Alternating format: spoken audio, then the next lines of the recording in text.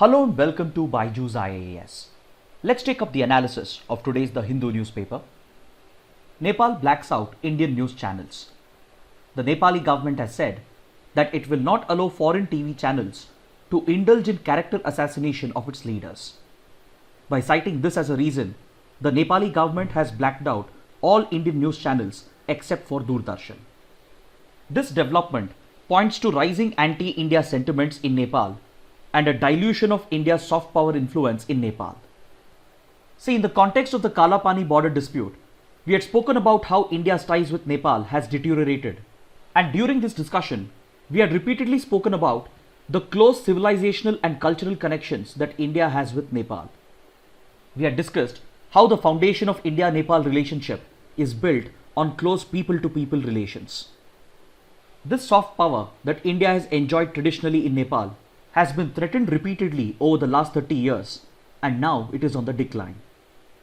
See, in the world of international relations, any country tries to protect and promote its national interests by projecting two kinds of power. One is soft power and the other is hard power. Projection of soft power refers to a type of persuasive diplomacy which seeks to leverage cultural connections and cultural heritage and uses economic incentives to persuade another country to take favorable decisions. Whereas hard power projection is a type of coercive diplomacy wherein a country relies upon its military might and economic might to force or coerce another country to take favorable decisions which are in line with its national interests. Any major power uses a fine mix of both soft power and hard power in order to secure its national interests. In the case of India's foreign policy, soft power projection has been given a very high priority in order to use it as a leverage in persuasive diplomacy. Any bilateral relationship that is built on the foundation of soft power treats both the partners as equals, irrespective of their size and their influence. India, which inherently enjoys a soft power advantage due to its civilizational and cultural heritage, has always prioritized the projection of its soft power as an integral component of its diplomacy. By using its soft power advantage as a leverage, India has always tried to build a foundation for strong trade and economic relations, and even to pursue its geopolitical interests in other countries.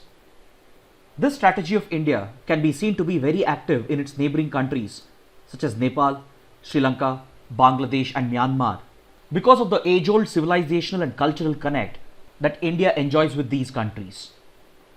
But over the last 30 years, India's soft power influence in Nepal has come under severe threat due to Nepal's internal political instability and India's role in it, and as well as due to the role of external players such as Pakistan and China. See, India's soft power influence in Nepal is primarily built on three main pillars.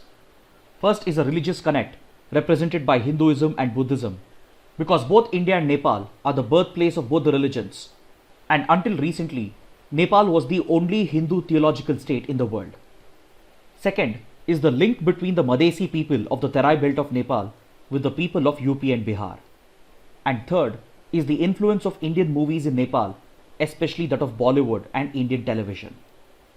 These factors give India a tremendous soft power leverage in Nepal, but they have been time and again threatened over the last 30 years. See, Nepal has always alleged that India interferes excessively in its internal affairs. Right from the days of Nepal's monarchy to the days of Nepal's civil war in the 1990s that saw the rise of Maoists, India has been accused of taking sides, and the same accusation was levied against India even when Nepal transitioned into a democracy. During this transition, when Nepal was drafting its constitution, and when the constitution drafting process went through a number of controversies, India was accused by Nepal for taking sides with its political parties, including the Nepali Congress, the Communist Party of Nepal, and the Madhesi parties. The more controversial Indian involvement in Nepal has been India's support to the Madhesi cause, and this has always been resisted by the Nepali political elite. So during this entire phase of political instability in Nepal, there have always been a few political elements who have been opposed to India's involvement in Nepal, and these sentiments have been exploited by external players such as Pakistan and China, leading to a significant surge in anti-India sentiments. These rising anti-India sentiments have contributed to the declining soft power influence of India in Nepal. Take for example how the Lumbini project that India was looking to develop was handed over to the Chinese. See, since Buddhism represents a strong cultural connection across South Asia, Southeast Asia and East Asia, Indian diplomacy has always tried to exploit this connection. Buddhism has a strong following in a number of countries, including Nepal, Sri Lanka, Myanmar, China, across Southeast Asian countries, including Thailand and Laos, across East Asian countries, including Japan and South Korea.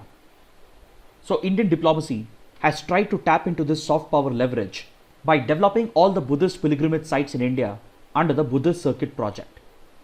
Under this project, India was hoping to include Nepal's Lumbini as well, which is the birthplace of Lord Gautam Buddha. But to India's disappointment, the project was taken over by China.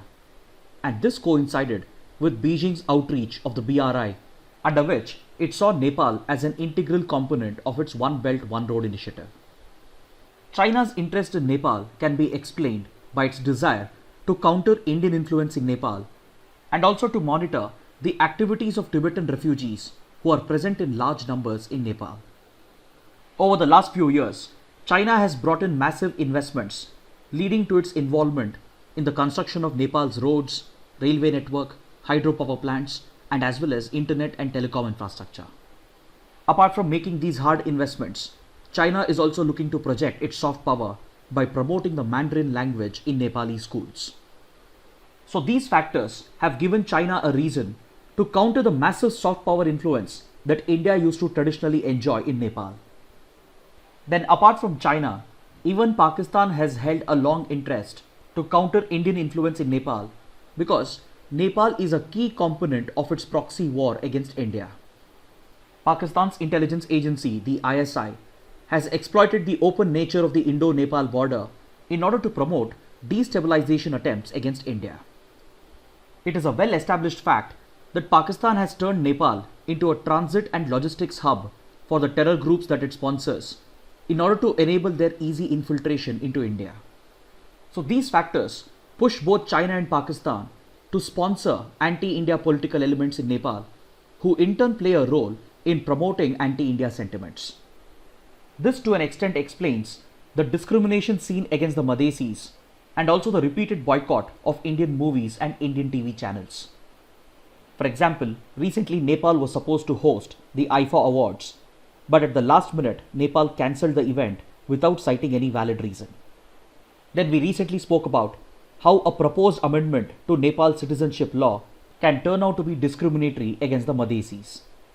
India also believes that these factors are responsible for the massive ground level protests that are seen against hydropower projects that are sponsored by India. On the other hand, hydropower projects promoted by China hardly see any opposition from the local communities, and they tend to take off very smoothly with the support of the Nepali government and Nepali politicians. The other soft power leverage that India enjoys in Nepal is its ability to provide for HADR assistance or humanitarian assistance and disaster relief, because Nepal is highly vulnerable to earthquakes, landslides, flash floods, etc.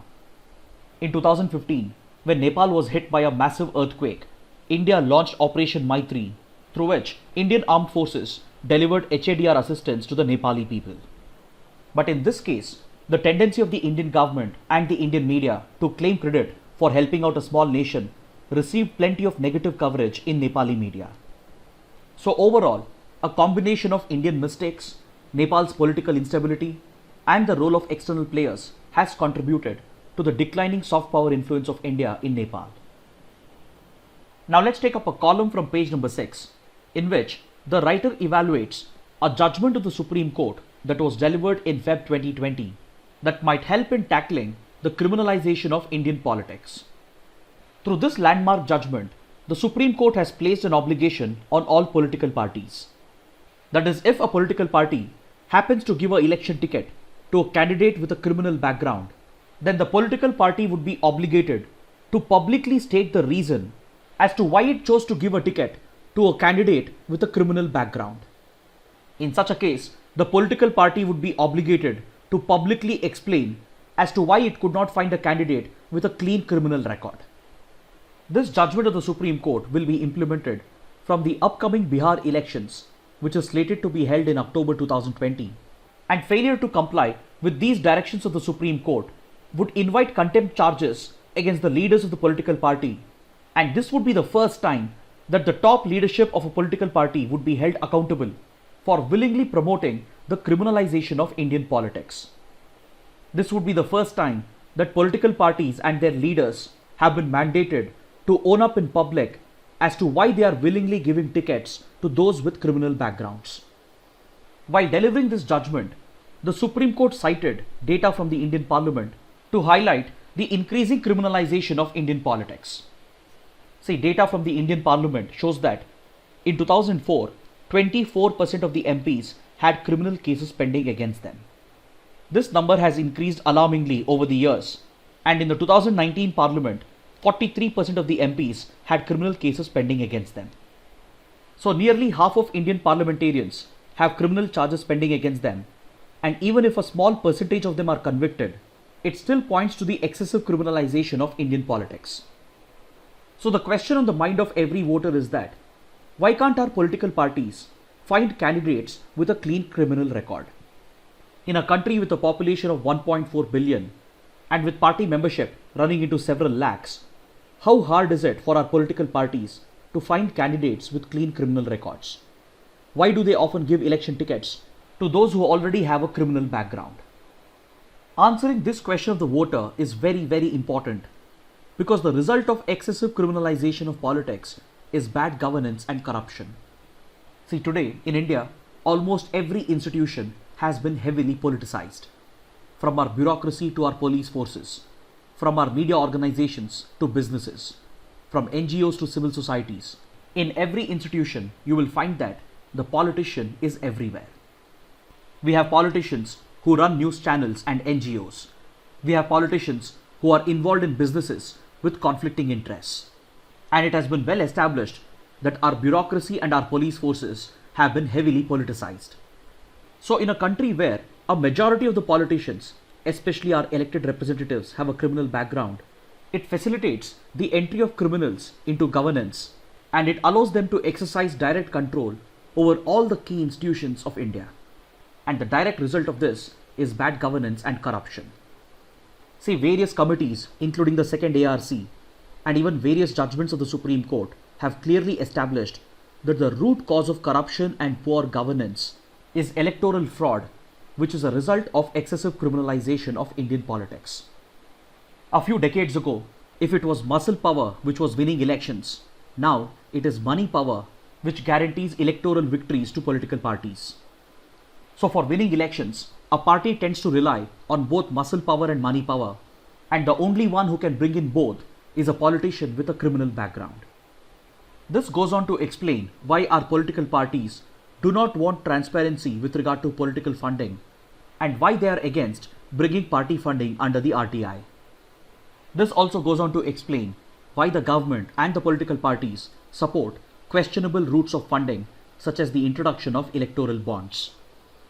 Even though the Election Commission of India and the Supreme Court have expressed grave concern about the misuse of electoral bonds, the government and the political parties have failed to act against it. The writer says that even though we have sufficient laws and rulings of the Supreme Court to prevent or to at least check criminalization of Indian politics, the reason why it has failed is due to lack of enforcement. So in this context, the writer says that the February 2020 judgment of the Supreme Court can be a game changer, because this judgment finally provides a tool in the hands of the Election Commission, the media and the voter to hold our political parties accountable if they give tickets to candidates with a criminal background. Hence, the writer is asking the Election Commission, the media outlets and the voter to be extra vigilant in order to closely monitor the affidavits that would be filed by the candidates during elections, especially during the upcoming Bihar elections, and ensure that all the political parties and candidates comply with the latest directions of the Supreme Court. So in the upcoming Bihar elections, if a party gives a ticket to someone with a criminal background, then they are obligated to state the reason why, and it would be the job of the Election Commission, the media and the voters to circulate this information as widely as possible by leveraging the media and social media platforms. The Supreme Court has even directed the political parties to state the reason publicly on the party website, and even though this may not help in putting an end to criminalization of politics, it will definitely serve as a system of checks and balances.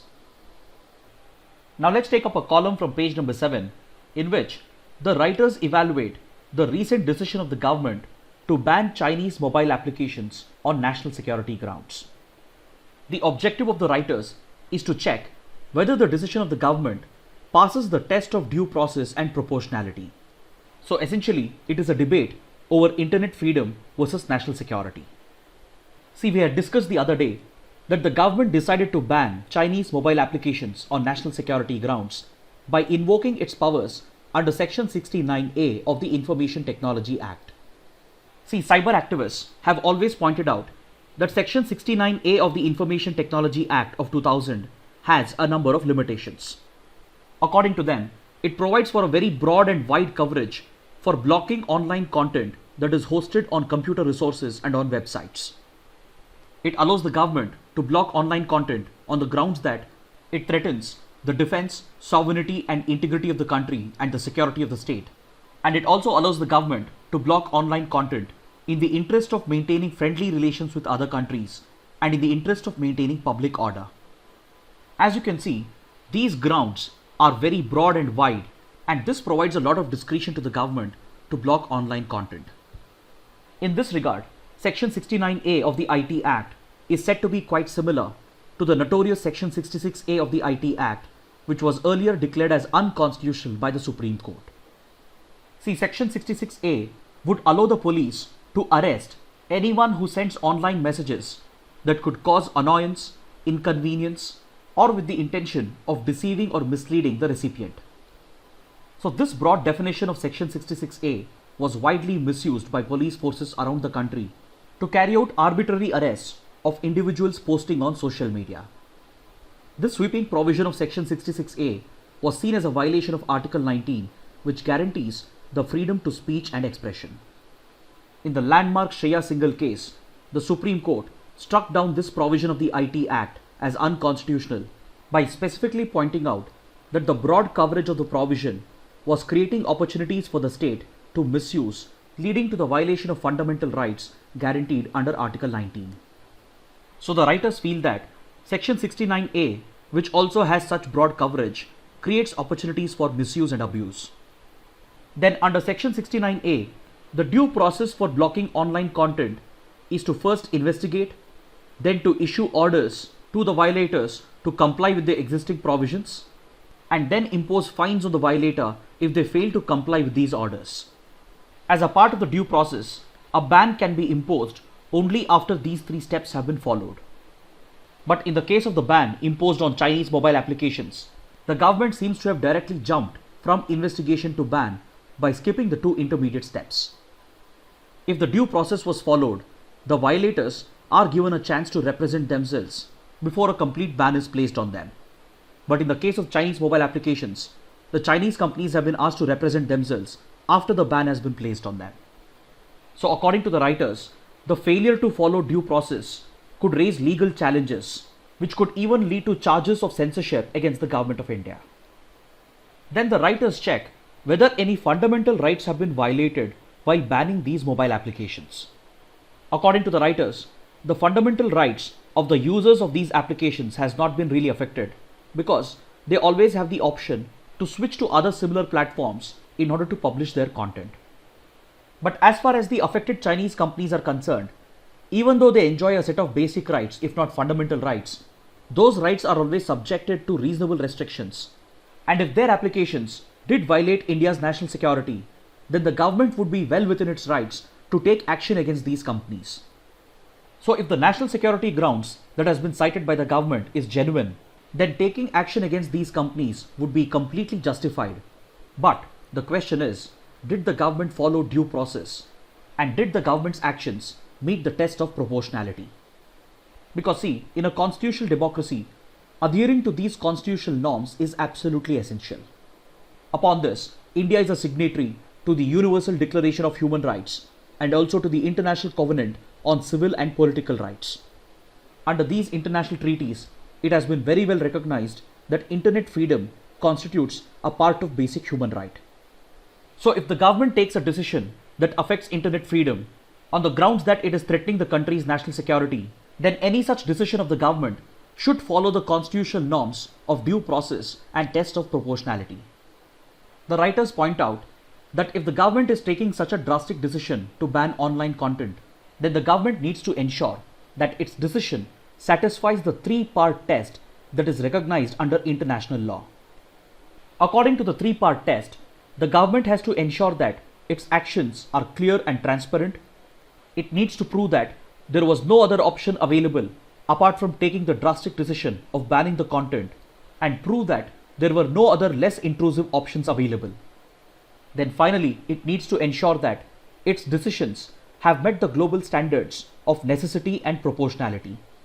The government needs to show that such action was necessary in the interest of country's national security, and it needs to prove that the decision to impose a ban was proportional to the threat posed by these mobile applications. See, following the due process and ensuring the proportionality test is very essential, because even the Supreme Court of India has clearly recognized that online content also falls under the definition of freedom of speech and expression that is guaranteed under Article 19 of the Indian Constitution. The writers point out that the government might have skipped due process and the test of proportionality in its hurry to ban these applications based on geopolitical considerations. If this is the case, then the decision may not stand the test of law and it might be labeled as government censorship. The writers go on to suggest a way forward as to how the government can strike a balance between the differing objectives of upholding internet freedom and defending the country's national security. Yes, if an online resource is posing a threat to the country's national security, then the government is justified in every right to take action against such resources. But such action cannot be arbitrary. It needs to follow due process because such decisions have wider implications for internet freedom. So as a way forward, the writers suggest to plug the legal gaps that exist with regard to data protection and cybersecurity in the country. See, till date, India does not have a dedicated legislation that deals with cybersecurity and data protection. A draft data protection bill has been proposed and has been hanging in the parliament. And the IT Act is completely insufficient and outdated. And as we discussed, it has broad sweeping provisions which can be easily misused and abused by the government. Next, in order to ensure that the government follows due process and satisfies the proportionality test, it needs to abide by the guidelines of the Supreme Court which were issued in the Anuradha Basin case. In this case, the Supreme Court tried to strike a balance between upholding internet freedom and protecting the country's national security. In this case, it directed the government that if it is blocking an individual's liberty to access internet, then those reasons have to be clearly published. So basically, the Supreme Court ruled that if an individual's liberty is being taken away and if his free speech is being affected, even on online platforms, then the reasons for such action needs to be clearly published in the interest of greater transparency. So abiding by these guidelines will help the government to follow due process and establish that the decisions match the proportionality test. Then finally, there needs to be a legal framework that governs our national security agencies, especially the ones that deal with cybersecurity. Currently, most of India's national security agencies and cybersecurity agencies, they all operate in a legal vacuum. And to plug this gap, we need a broad legal framework which clearly defines their powers, their responsibilities, and their obligations. See, this debate over internet freedom versus national security is of great significance because this is not just related to the geopolitical conflict between India and China, because these decisions have wider ramifications for Indian companies as well as for freedom of speech in India. These developments also have wider implications for key issues such as privacy, data protection, fundamental rights, etc. Now let's take up an article from page number 11. India is likely to take a call very soon on the inclusion of Australia in the Malabar naval exercises. See, the Malabar naval exercise began as a bilateral naval exercise between India and the United States in 1992. Most of the editions of the Malabar naval exercise have been held in the Indian Ocean, particularly in the Bay of Bengal. This naval exercise has been instrumental in promoting interoperability between the Indian Navy and the US Navy, and it has helped promote coordination and cooperation between the two armed forces. But during the period 2007 to 2009, India tried to expand the Malabar naval exercise from a bilateral format to a multilateral format. India brought in other like-minded democratic countries such as Japan, Australia and Singapore as non-permanent inclusions into the Malabar exercise, and this naturally triggered an angry response from China. China protested against this multilateral format of the Malabar exercise because China saw this as an attempt of the United States, India, Japan and Australia to contain Chinese influence in the Indo-Pacific region. So as China's opposition to the Malabar exercise started to grow, and as it started to affect India's bilateral relations with China, India decided to scale back the multilateral exercise and it returned it back to the multilateral format between India and US. India took this decision in the interest of sending out the right signals towards China because India was very much interested in developing friendly relations with China, especially in a decade where both the Asian powers were emerging as major global powers of the Indo-Pacific region. But post 2010, as China's aggression against India started to increase through repeated border incursions and through increasing attempts of China at containing Indian influence in the Indian Ocean region, India decided to again expand the Malabar exercise and bring in Japan as a permanent inclusion in 2015.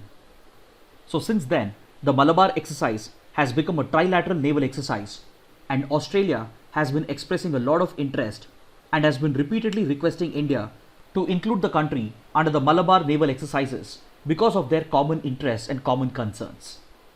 So while Japan had been included as a permanent inclusion, and while Australia was requesting to be included under the exercises, parallelly an informal diplomatic grouping known as the Quad or the Quadrilateral was taking shape. Especially after 2018, the United States started giving a push to the Quad grouping that is supposed to include India, US, Japan and Australia, which happen to be like-minded democratic powers with major stakes in the Indo-Pacific region. So ever since the grouping was proposed, US, Japan and Australia have been extremely interested in establishing the Quad not just as a diplomatic grouping but also as a military grouping. But initially India was quite hesitant, keeping in mind China's sensitivities, and hence initially India was content to retain the Quad grouping at the diplomatic level. India was hesitant to give the Quad a military angle, and it had made this clearly known to United States, Japan and Australia as well. But now, with increased border tensions between India and China, and the blatant display of Chinese aggression against India, India might very well agree to the militarization of the Quad, and the first signs of this is coming from reports that India is likely to consider Australia's request to be included under the Malabar naval exercises. Now let's take up the practice questions for today. Which constitutional amendment led to the abolition of privy purse? The correct answer is option B. It was the 26th Amendment Act. See, privy purse was a constitutionally mandated payment that the government of India was supposed to make to royal families of erstwhile princely states for agreeing to give up their sovereignty and losing their ruling rights in order to integrate their princely states with the Indian Union. See, when the British partitioned India through the Indian Independence Act, they granted independence to the new dominions of India and Pakistan. During this point of time, nearly a third of the Indian subcontinent was still covered by princely states, and there were around 560 of them. So as soon as the Indian Independence Act of 1947 was enacted by the British Crown, the British Crown gave up its suzerainty or overlordship over the princely states, and this left the rulers and the royal families of the princely states free either to accede to the Indian dominion or to the Pakistani dominion, or to remain completely independent. But since most of the princely states, especially the non-Muslim states, were excessively dependent on the government of India, they decided to accede with the Indian Union, but there were a few exceptions as well. This included the Nizam of Hyderabad and the Nawab of Junagadh, who wanted to join the Pakistani dominion. It also included the Wadayars of Mysore, the rulers of Travancore, Cochin, and the rulers of few princely states in today's Madhya Pradesh and Rajasthan, who chose to remain independent because they were concerned about losing their ruling rights and giving up their sovereignty to the newly constituted government of India. But all these states were fully integrated with the Union of India through the clever use of diplomacy, concessions, and force if required. And between 1947 and 1949, most of these princely states had been completely merged with the Indian Union. But in return for losing their sovereignty, the royal families were promised by the government of India that they would be paid a privy purse based on the revenue of their respective princely states.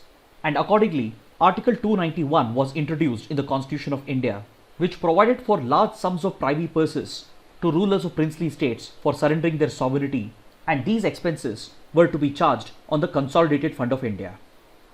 But by the late 1960s, there was a strong feeling within the government of India and amongst the Indian public that paying such large privy purses to royal families was a violation of right to equality, and it was seen as an unnecessary financial burden on the government. So the then Indira Gandhi government introduced a constitutional amendment bill in 1970 in order to abolish privy purses. But this constitutional amendment bill was defeated in the parliament.